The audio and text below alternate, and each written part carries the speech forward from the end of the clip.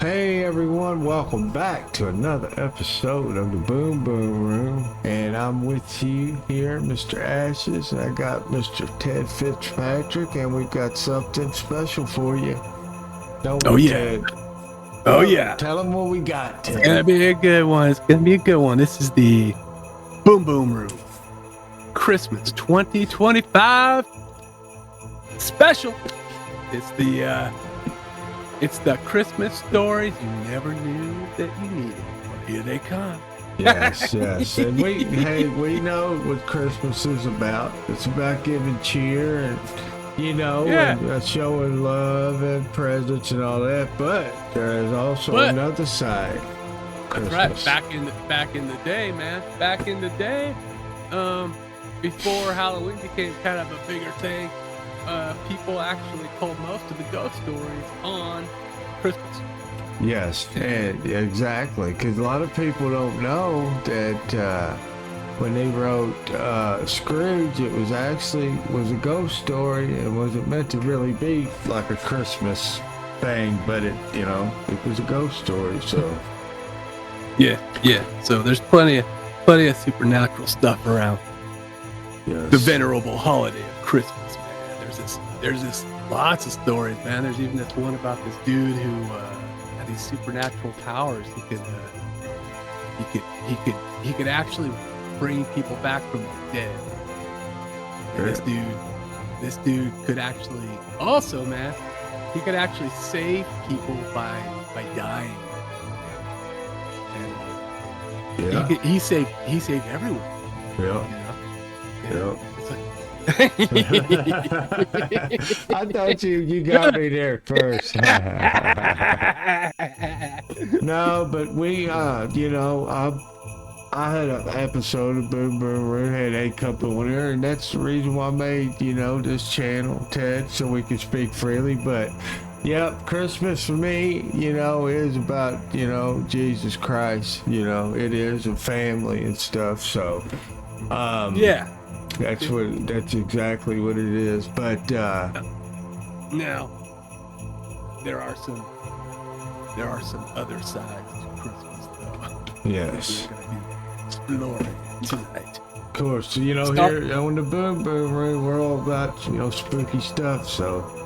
Yep. So sit back. Maybe you're wrapping your presents right now, or maybe you're making some fudge. Oh, yeah. But no matter what. Or hanging lights. Maybe you're decorating the tree. Yeah. So, what about your peppermint schnapps and tomato? Go ahead. Yes. Yeah, bust it out. And prepare to get spooky fun. So the first spooky Christmas story is titled Santa in the Chimney. Back in the 1950s, the Halpern family moved into a modest brick house on the edge of Millbrook that had been there vacant for several years. It was their first December in the house when strange things happened. They'd hear scratching and dragging in the chimney late at night, almost like boots scraping against brick. Little Annie Halpern even swore she heard bells jingling in the walls, even though the family hadn't put up decorations yet. By Christmas, a sickly stench began seeping into the living room whenever they lit a fire. Finally, Mr. Halpern called for a handyman to look at the chimney. When the chimney bricks were pried open, something fell down in a cloud of soot and dust. It was the mummified body of a man dressed in a Santa Claus suit, wedged tight with a rotten sack of gifts still clutched to his side. The townsfolk whispered that it was Harold Greaves, the man who built that house. Harold had wanted to surprise his children on Christmas Eve years earlier by slipping down the chimney dressed as Santa.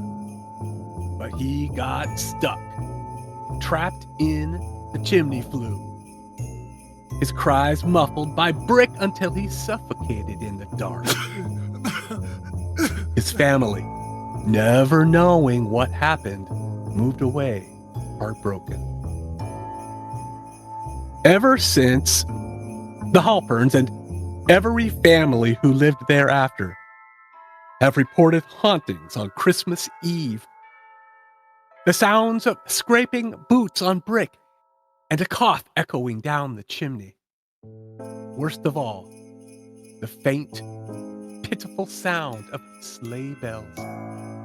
Some claim they've seen a soot-covered figure in a torn red suit crouched by the hearth, his hollow eyes peering out from behind the fire grate. It said, if you light a fire at midnight on Christmas Eve, Harold Greaves will crawl out. Not with gifts, but to drag someone back into the chimney with him, so he'll never be alone on Christmas again. Hey. Same thing in that chimney. He must was beef jerky or something. Wonder why he couldn't smell it. You know? That's true. Or they just moved away as soon as possible. You know, maybe they were just like, "What happened to Dad?" They just never. Yeah. Or it was just so cold that maybe he got frozen. Yeah. You know, maybe he was just frozen, and then by the time it got warm weather, his family had already moved on. Yeah. You know, but man, that's a oh man, that's a creepy one. I mean, it's also like, because I'm sure there's been plenty of dads out there who have at least considered trying that, you know? Yeah. Yeah. But let this story be a warning, a safety warning. Make sure that make sure the hole you're gonna try to slide through is big enough for your whole body. Exactly. Maybe he drunk too much peppermint schnapps. That's probably what happened. But that is some creepy stuff. Oh yeah.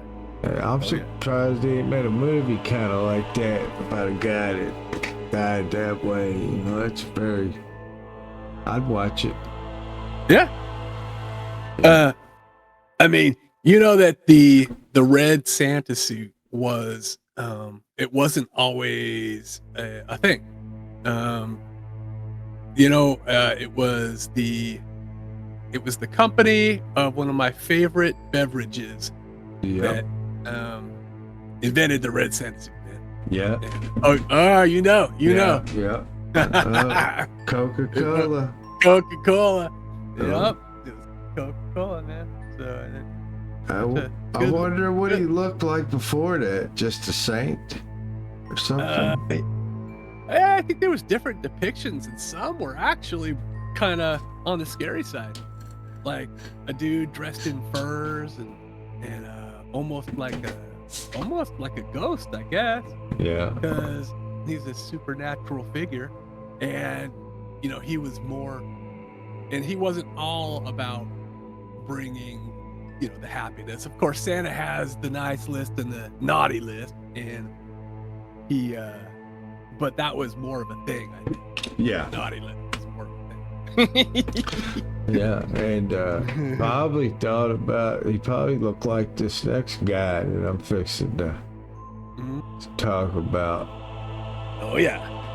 Yeah, and this next story, Spooky Christmas Tale, is titled Krampus.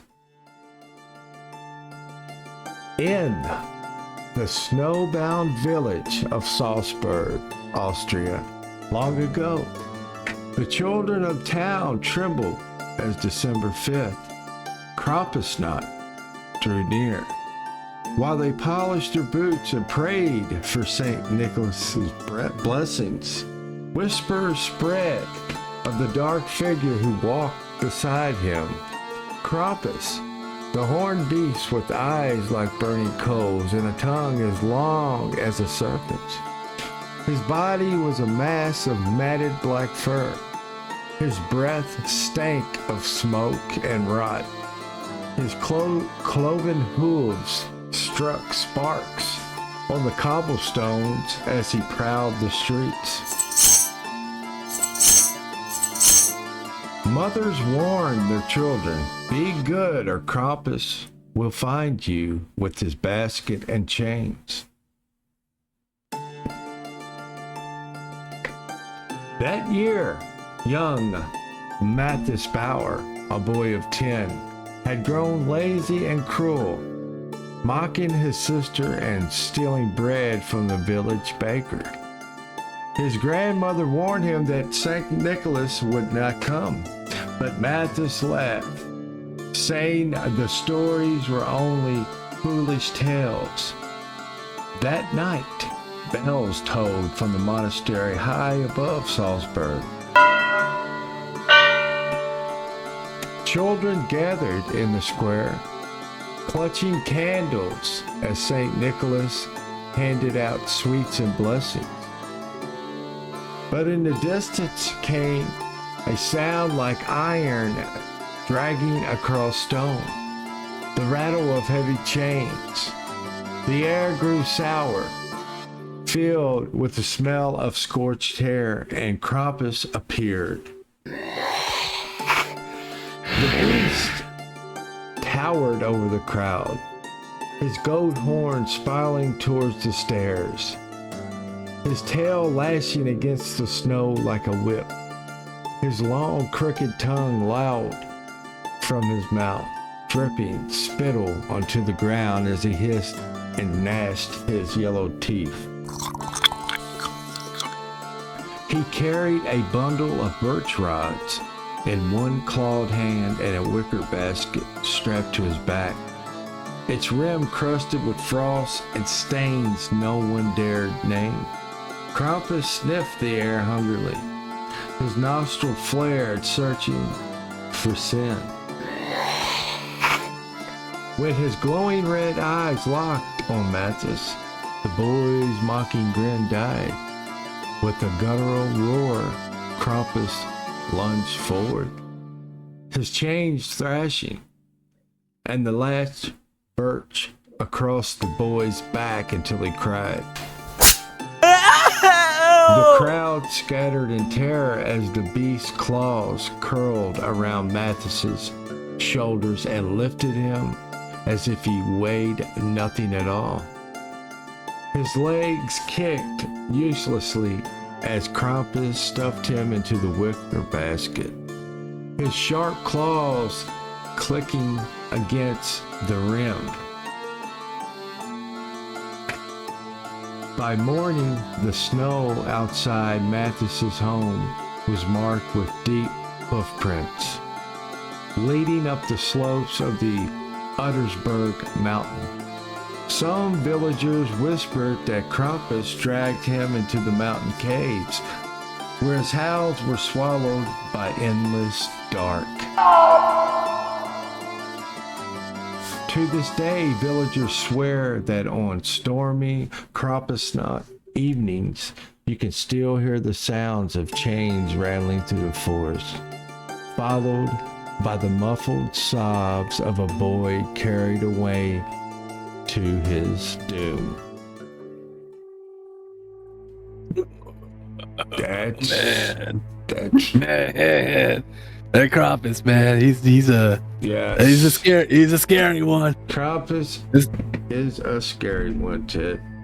He's I mean, I would think that most children, the Santa Claus, you're either gonna get a nice gift or you're gonna get a lump of coal, right? Yeah. And that's for most children, right? But there's probably a small percentage of children that need to hear about Krampus, man. Yeah. A small percentage, Just let them know about old Krampus. Well, I don't know, man. There might be more than a few these days, you know. But what a, oh my gosh, man. You know, that's like, and I think now Krampus, see, like, I remember when I was a kid, when we were kids, we didn't really, I didn't know about Krampus. I never even heard about Krampus, you know? Yeah. But I guess it's been in the German folklore for many years.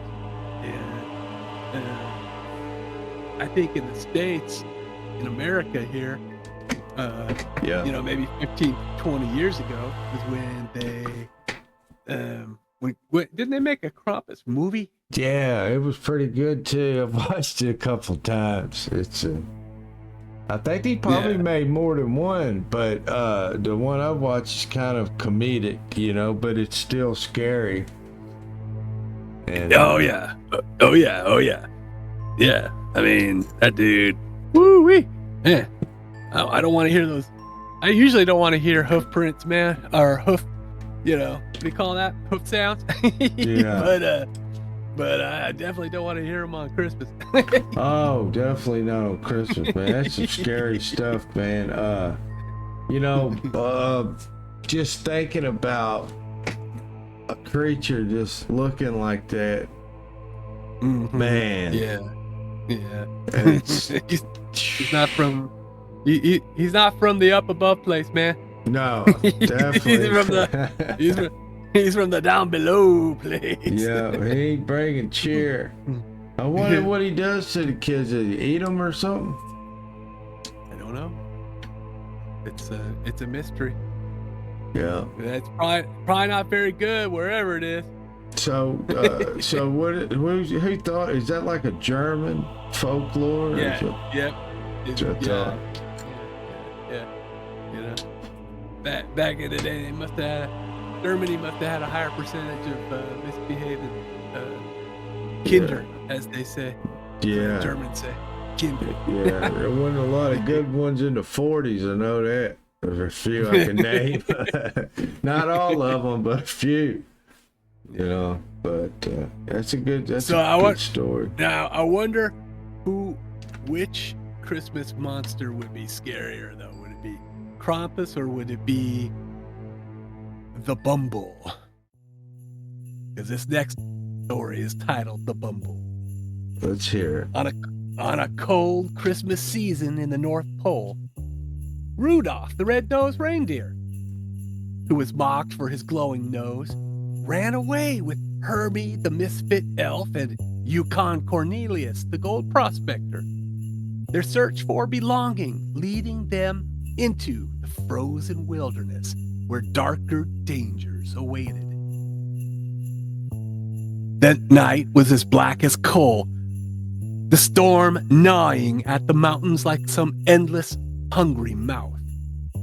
Rudolph's glowing nose was the only light as he, Hermie, and Yukon Cornelius struggled through drifts higher than their waists. At first, they thought the low rumble that they had heard was thunder. But then it grew louder, closer, until the ground itself quivered beneath their feet. Yukon stopped in his tracks, eyes wide, his breath freezing midair. "That ain't thunder," he muttered, voice rough with dread. It was the sound of something enormous moving just beyond the veil of snow. Out of the swirling blizzard lumbered the Bumble. His fur was not pure white, but a filthy, matted gray, clumped with ice and specks of old blood. His eyes glowed a faint, unnatural blue, fixed and unblinking like shards of frozen glass. His mouth stretched into a grin too wide for his face. Jagged teeth, glistening with strings of frozen saliva. He did not simply walk, He lurched, each step pounding the earth like a drumbeat, snow spraying high as he dragged his claws across the rocks. When he caught sight of Rudolph's nose, his growl deepened into a guttural, inhuman laugh. And then he broke into a charging lope that shook the very air. Panic seized Rudolph's chest, his glowing nose betraying him as a beacon.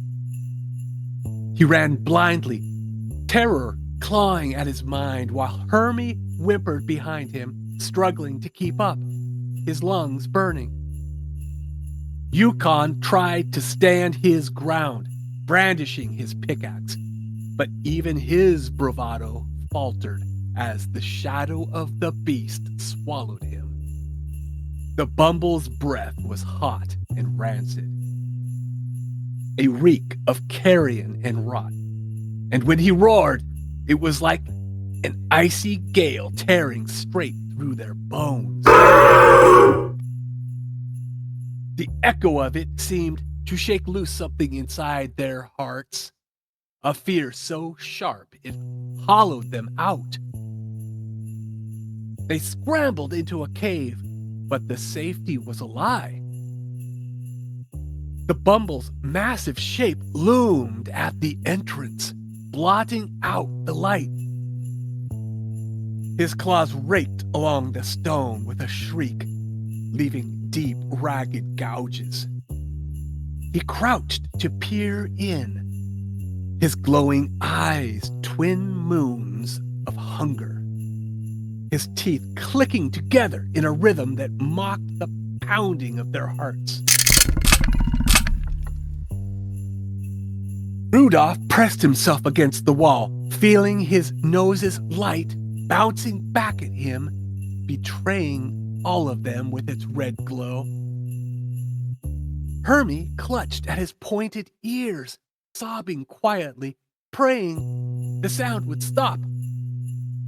But Yukon stood firm. Rudolph could see the sweat gleaming on his face. His jaw clenched so tightly it shook. In a desperate gamble, they lured the bumble toward a cliff.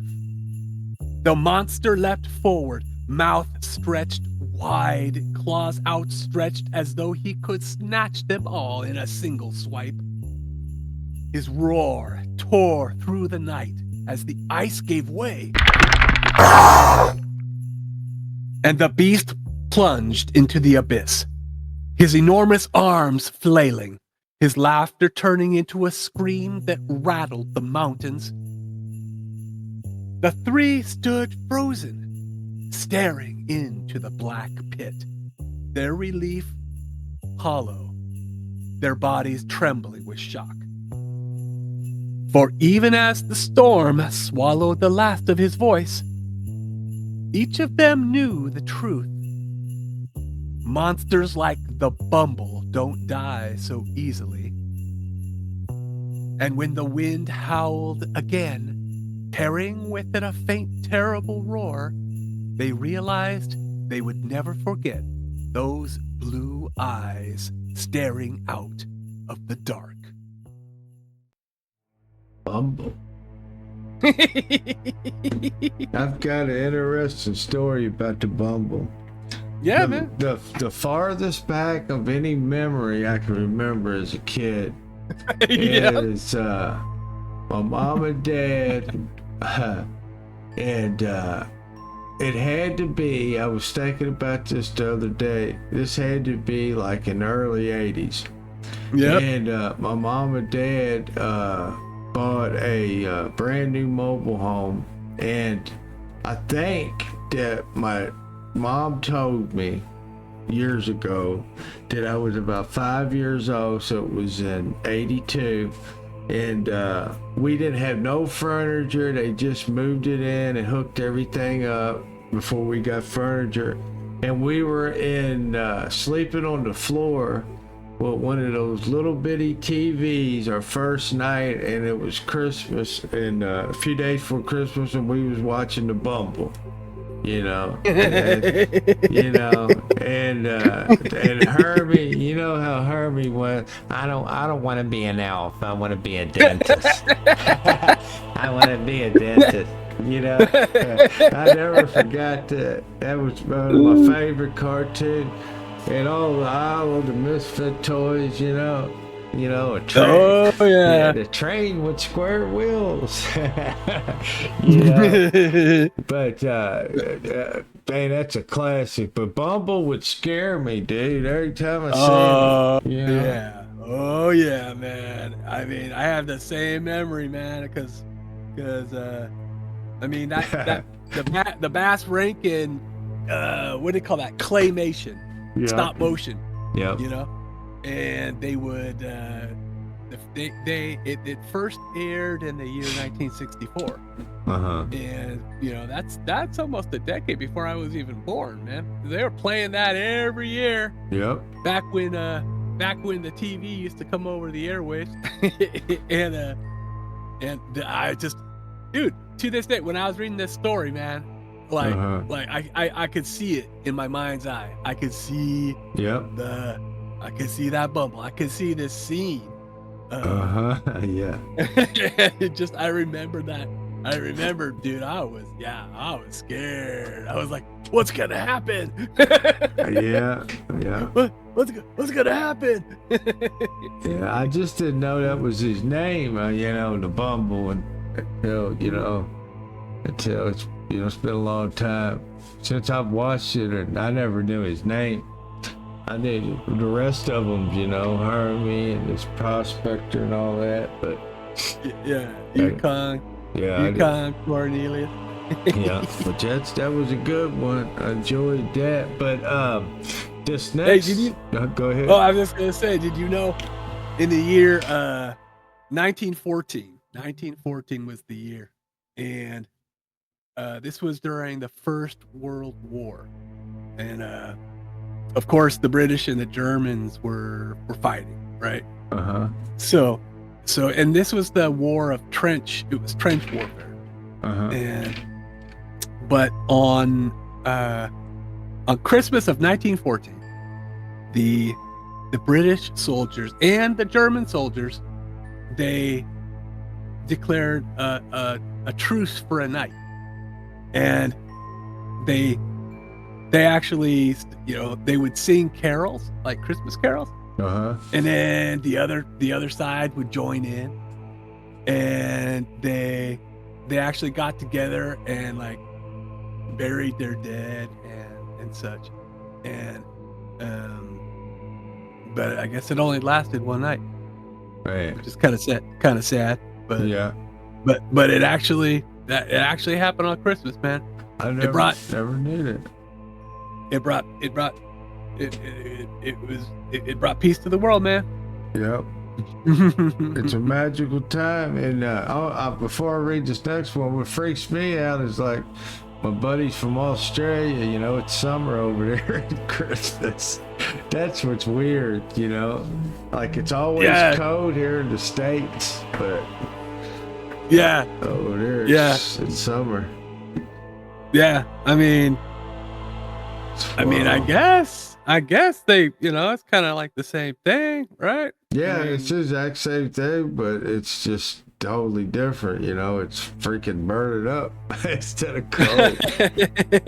Yeah, you put instead of a Christmas star on top of the tree, they put a Christmas icicle. Yeah, no kidding, to stay cool, because the heat over there. But anyway, Ted, I'll read my next one. Hey, the good thing about it is they could actually have real snow cones. Yeah, like, we don't feel like having a snow cone this time of year. No, but they can. Not at all. And this next one here, Ted, this is a super original one. Ted originated this story. Well, you did too, man. That's but you done a little bit more.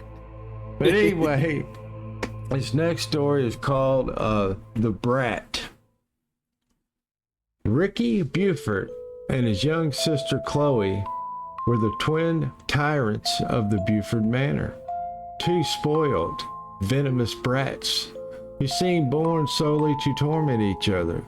Their wealthy parents were beloved throughout town for philanthropy, but their children were famous for slamming doors, shrieking insults, and waging daily war across the mansion. On Christmas Eve, after Chloe hurled a crystal ornament at Ricky's head, Annie retaliated by locking her outside in the snow for a full minute. Their parents finally separated them. Ricky stomped into his room, seething with hatred. Staring into the darkness, he whispered a childish curse full of spite. I hate this family. I wish I had a different one. I wish Chloe didn't even exist. The air shifted, cold, hollow, like something had heard him. He woke to a darkness absolute. It felt like a weight on his chest. His room was wrong. Too small, too cold, too quiet. The polished floorboards were gone, replaced by stained, uneven planks. He stumbled into a kitchen lit by a single flickering bulb. A skeletal woman hunched over a bottle at the table, hair hanging in greasy ropes. She didn't turn around. No money, no father, no Christmas, she muttered. Then a tiny figure stepped into view. Chloe. But this Chloe looked starved and terrified, her eyes too big for her pale face. She flinched when Ricky moved, as if expecting to be struck. Merry Christmas, Ricky, she whispered, voice thin and hollow. Outside, wind howled like something hunger, circling the house. The day crawled by in a bleak blur. No decorations, no warmth, only cold drafts, hunger, and the eerie sense that something unseen was watching them through the cracked windows. Their mother screamed at shadows, sometimes calling Ricky by a name he didn't recognize. At dusk, as the house groaned under the weight of winter, Chloe tugged Ricky towards the sagging shed. I want you to have my bike, she said, dragging out a rusty thing with no tires and a bent frame. It's all I have. But you've always wanted one, and I want you to be happy. Her voice shook. Ricky's thin skin prickled as he realized this Chloe wasn't a brat. She was broken, desperate to please him, clinging to him like the last spark of light in a world that wanted to swallow them both. That night, the temperature plunged. Ricky and Chloe huddled together under thin blankets, the house creaking around him like bones settling. Ricky felt eyes on him, dark, hollow eyes, full of blame and expectation. He couldn't tell if it was grief or something supernatural, but something in the dark whispered his name in his father's voice. When Chloe began to cry softly, telling him she loved him and was glad he was her brother, something inside Ricky shattered. Why had he wished this? Why had he wanted her gone? He pressed his forehead to hers and choked out a plea into the freezing night. I want my real family back. I want Chloe back, the real Chloe.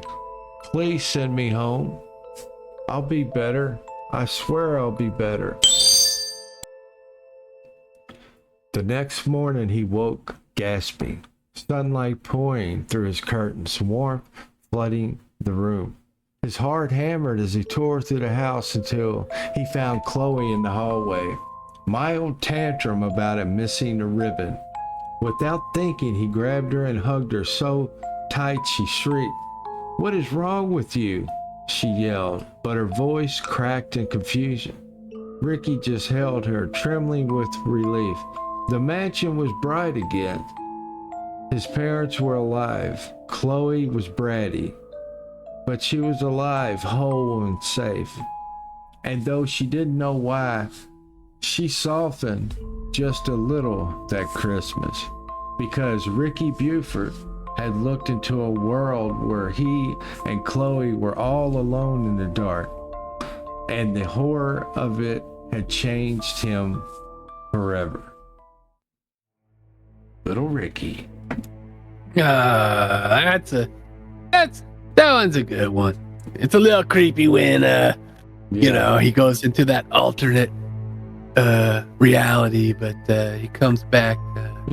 So this one's probably the most. This was the heartwarming one. Yeah. We had to have something thrown in there a little heartwarming. You know? It is. And it's a good lesson, because if you think like our life, if we complain, there's people that's praying and wishing they had our lives. You know what I mean? So you really don't have much to complain about, man, as long as you got, a roof over your head and some food, and we get kind of wrapped up in,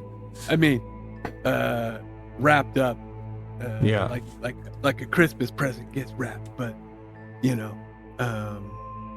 the Christmas gifts are, they're supposed to be tokens of generosity and caring and putting thought into someone else's wishes. And, from that standpoint, the gift giving is a beautiful thing, and it can get like anything, it could get a little out of hand, and people start to idolize the gift giving in a way that doesn't quite match up with the original intent of Christmas.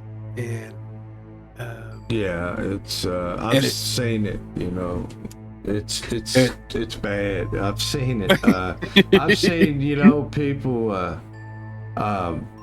try to outdo their neighbor and buy their kids thousands of dollars worth of gifts, take pictures of it, and it's not really for the kids, it's for yourself. It's all vanity, and that's what makes me sick about things, and which everybody wants the best for their kids. We want to do better for our kids than we got done, which I had a great childhood growing up. I didn't get the best of everything, but it was out of love what I got, and I appreciated it.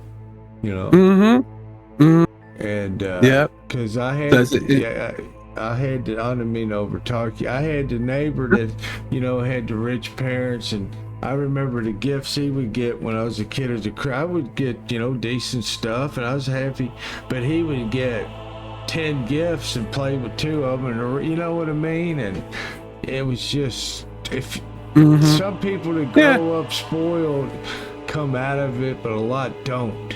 You know what I mean? Yeah, they need Krampus, man. They need to visit Krampus. Yeah.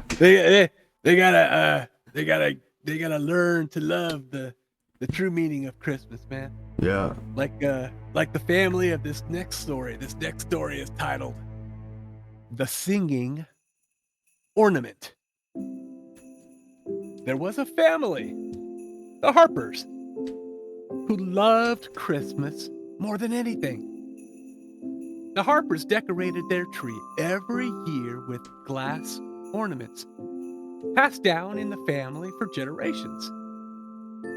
But there was one ornament, small, red, and perfectly round, that no one remembered buying. No one even remembered where it came from. The ornament had just appeared in their box of decorations that December, as if it had always been there. The first time they hung it, strange things began to happen. On Christmas Eve, when the house was dark and everyone was in bed, the ornament began to sing. Not loudly, but soft at first, like a music box buried under the floorboards. A sweet lilting carol. But the longer it sang, the more it changed. Voices joined in, children at first, then men and women, rising together until the song twisted into something darker, mournful, almost like a dirge. The harpers swore they heard whispers between the musical notes. Names. Familiar names. One of them was their own. Harpers. That night, little Clara Harper woke her parents, saying the ornament was glowing. They ran to the living room, and there it was, casting a faint, bloody light across the walls.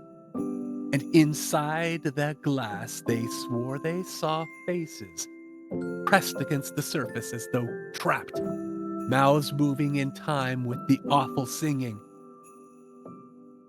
Their father tried to take it off the tree, but the ornament burned his skin, leaving a mark shaped like the screaming mouth on his palm. The family fled the house, but when they returned the next morning, the tree was toppled over, the windows frosted from the inside, and the ornament, it was gone. Some say that it shows up at thrift shops or antique stores around Christmas time, tucked into a box of old decorations. People take it home without thinking until they hear it singing. And by the next Christmas, no one ever hears from that family again. So if you're unpacking ornaments and you find one that you don't remember buying, a small red glass, and just a little too heavy, don't dare hang it on your tree.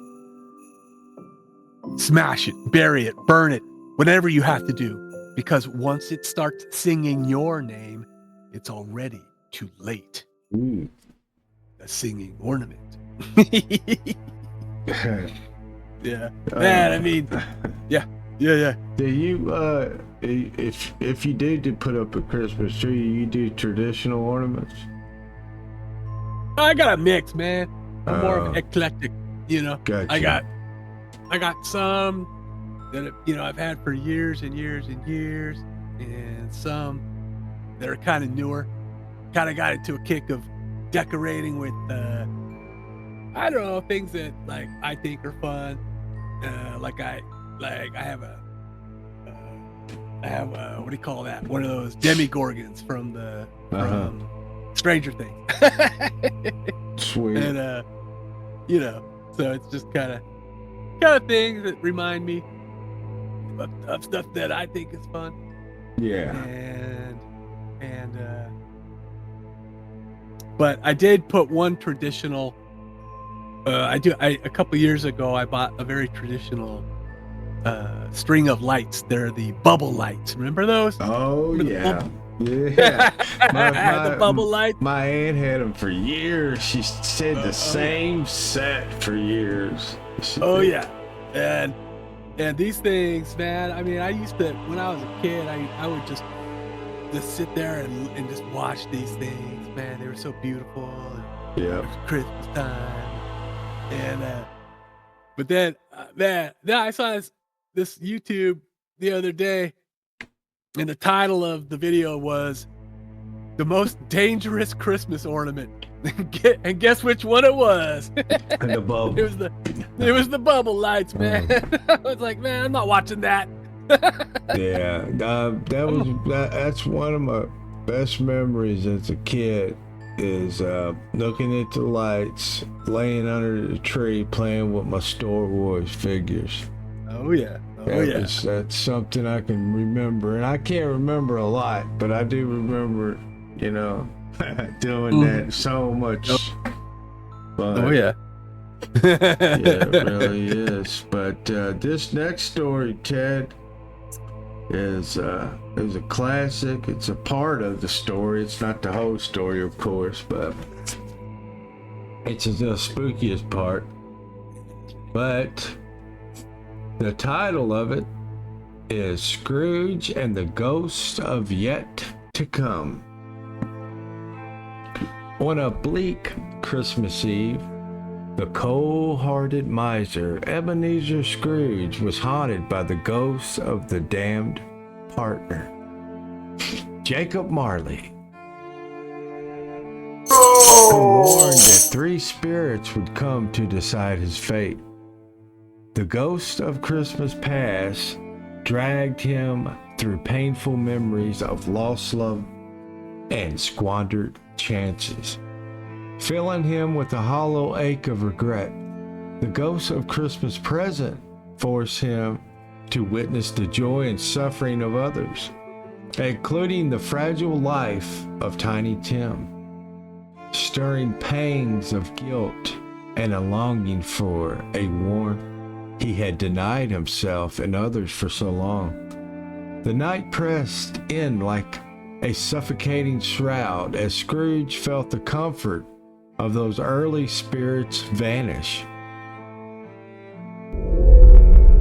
leaving only silence and an awful dead silence, as though the world itself had stopped breathing, and his heart quailed at what might come next. Then an awful chill descended. The last spirit appeared, cloaked in darkness, silent and faceless. A dark figure, then shadow, taller than any man. Its edges blurred like smoke curling from a grave. Taller than any figure Scrooge has ever seen. Its form was swallowed by a vast black cloak that seemed to drink in the dim light around it. No face could be discerned beneath its shadowed hood, only an emptiness darker than night, where human features should have been. Its long bony arm extended from the shroud, ending in a hand pale as bone, silently pointing, always pointing, as though it carried the weight of eternity in that single gesture. To look upon the specter was to feel the air grow colder, the silence heavier, and the creeping certainty that death itself had taken form to guide him forward. Terror gnawed at Scrooge's soul. He longed to beg for mercy, yet his lips felt frozen. It did not walk. It glided, noiseless, a living absent of light. Its hand thin as bone beneath the folds of rotted black cloak, beckoning without a word, and Scrooge's legs trembled as if they might betray him before he could take a step. Scrooge's heart thrashed in his chest as he followed, dread squeezing him with every breath, every step dragging him deeper into a realm where sound died and air stank of damp earth. His stomach churned, and his skin prickled with a cold sweat that moved through narrow alleys where unseen things whispered his name from the dark. Shame and horror twisted in him as they passed mourners who did not mourn, men sneering over some wretch's death, and women crackling as they pawed at stolen bedclothes and still reeked of a corpse skin. Echoes of his own greedy life reflected back at him with merciless clarity. Then the phantom raised its skeletal hand to a churchyard where the mist thickened and graves gaped open like mouths waiting to feed. Scrooge felt his knees buckle and his breath catch in his throat, his body betraying the terror clawing at his soul. As the figure pointed to a crooked headstone, its letters slick with shadow, the name carved there was his own. A sick despair filled him, crushing, absolute, as he tried to scream but could only choke. The ground beneath him softened, sucking him downward, the stench of grave filling his lungs like the taste of his own doom. The phantom leaned close, not with mercy, but with the silent weight of eternity. And Scrooge understood, with his own soul-breaking horror, that he was staring into his own inevitable rot, cold and forgotten, unloved and unmourned.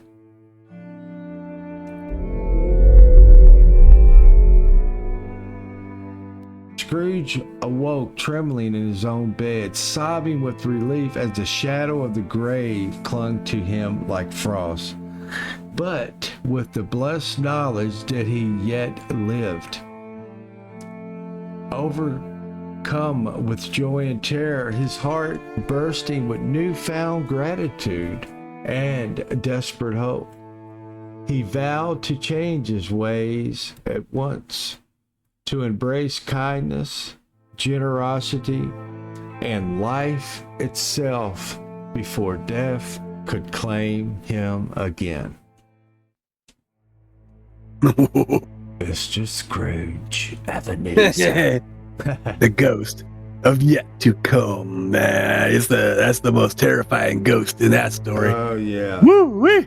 Yeah. Man, it's kind of like a mix between a Grim Reaper and a one of those ones from Harry Potter, man. Oh yeah. Dementor. Yeah, The it's Dementor. every one of them. What was that? Remember that Scrooge that come out in the late '80s with that comedy actor? That ghost on there looked. Oh, that was a good one. Yeah. Oh yeah, that was Jim Carrey, right? No, it wasn't Jim Carrey. I should. What? I can't think. What? No, it's an older comedian that was on Saturday Night Live in the '70s and played in Caddyshack. Oh yeah, Bill Murray. Bill Murray. Yeah, that was a classic. I remember when that first came out. I really enjoyed that movie. I think as of a couple years ago, my favorite one is The Muppets, man. The Muppets yeah. Christmas Story. That was really funny. Yeah, that was that is a real good one. Yep. Is that the older one? It's like in the 90s. Yeah, because it had what's his name? The British actor, he played Alfred in the Batman movies. Yeah. And Roger. I know who you're talking about. Yeah, and that one was just so funny though. It was really funny. Yeah, I'm a big Muppets fan, especially when I was a kid. And my nephew, he's got autism. He's 6, and that's the only thing calms him down is the Muppets. He's got to watch them. And he loves them. My sister loved them when we were kids, and but anything Muppets. Yeah, but I do have to watch one rendition of the story every Christmas season. Yeah. One movie that I think I might want to look up this season is It's a Wonderful Life. Oh yeah, I think that as far as memories and things, that's probably overall of any movie that I've ever watched. That's probably my favorite movie in the whole world. Yes, it's just so much to it. You know, it's really a good movie. A lot of good memories, and George Bailey. George Bailey. It's been a long man. It's been years since I watched that movie, but I don't know why. This season, man. I just like. Yeah, you need to watch it. I need to watch. I used to watch it every Christmas, and I haven't watched it in years. It's my dad's favorite to watch, and that would be, you know, because that was our time together. I've told you before, he had MS. You know, he's in a wheelchair and handicapped, and that was our time, was watching movies. So I learned to watch a lot of black and white and older movies because that's what's his favorite. But that original Scrooge, the black and white, it's pretty good. It really is, the old one. And that's the oldest one. Yeah, I watched that a couple years back. It was it's actually pretty good for an older movie. Yeah, definitely. Yep. And even the ghost effects in that one were decent, right? Yeah. And it was but it's a good story, and especially this scary part though. It's kind of like the climax of the story, really, and it's a spooky one. It really was. We got some good spooky Christmas themed stories. I hope everyone's enjoyed them. These are kind of like the salt and pepper to the sweetness of all the Christmas treats going around out there. What's your favorite Christmas treat this time of year? You know, I can't eat too much sugar, but I think fudge, and I don't get too good at fudge. My ex-wife's grandma used to make some every year. She'd make a big old thing of it, and I'd eat it after Christmas to the New Year's, but she passed away, but that was the best fudge I think I've ever ate. But, I think that I might get me, I don't drink a lot. I think I might get me some peppermint schnapps for Christmas and take a couple shots of that. Get the Christmas spirit. I'm not a big drinker, but ever since you mentioned it, Ted, I gotta go get me some. That's a good idea, man. I got some in the freezer. Yeah. Right now, it's best if you put it in the freezer, man. Keep it ice cold. Yeah, definitely, Ted. But anyway, I appreciate everybody watching. Don't forget, we got a playlist, Whispers Across America, where we go by each, state and tell 4 spooky folklore tales. And we also got, if you missed it, a Halloween special and a Thanksgiving special, spooky one. So check them out. Yes. They're a worthwhile listen, y'all. And I just hope everyone's enjoyed this. I hope everyone's having a nice Christmas season and having all the joy and peace that the season's supposed to be about. Yes, I agree. Don't get too caught up that you start fighting with people in mall shopping parking lots. Yeah, over Cabbage Patch. No, I'm just kidding. That's an old 80s reference there. But anyway, guys, I appreciate it. Appreciate y'all watching. You know the drill, guys. Watch out for them bad ghostesses, and be good to your sister, and watch out for them singing ornaments. Because they might take you down in the grave and feed you some bad fudge. But anyway, guys, I appreciate it. Till next time. Merry Christmas. Merry Christmas, y'all. Peace out.